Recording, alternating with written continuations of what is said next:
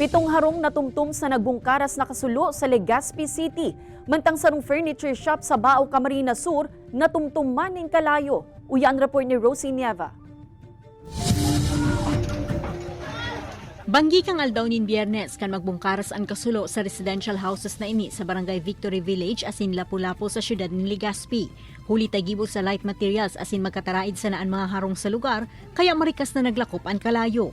7 harong ang natumtom asin 9 na pamilya ang naapektaran. So katarantahan mi karanya-kanya na kami na maisalbar mi sa buhay mi. So syempre di mi man may ipadaan so gamit mi sa iba. Sa mga gamit ko, di ko na so gamit ko talagang mga ID wala naubos. Kinakarkuluman na nasa 400,000 pesos ang kantidad kan danyos na pigwalat kan insidente. Harayo po siya sa kalsada, so dahil po makalaog ang fire truck ta. So na lang kita, nagdugtong kita kang hosta, tapos ang challenge po doon is sa dito sa agihan. Sa ngunya, nagpapadagos pa ang investigasyon kan mga otoridad sa pigikanan kan kalayo. Sa Bao, Camarines Sur, magumagahon kan Marso 2 kan magbungkaras man ang kasulo sa sarong furniture shop sa Barangay Sagrada.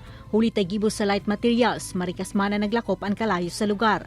Mayo maninakulugan alagad nagpakol sa 75,000 pesos ang kantidad kan danyos na pigwalat kan insidente.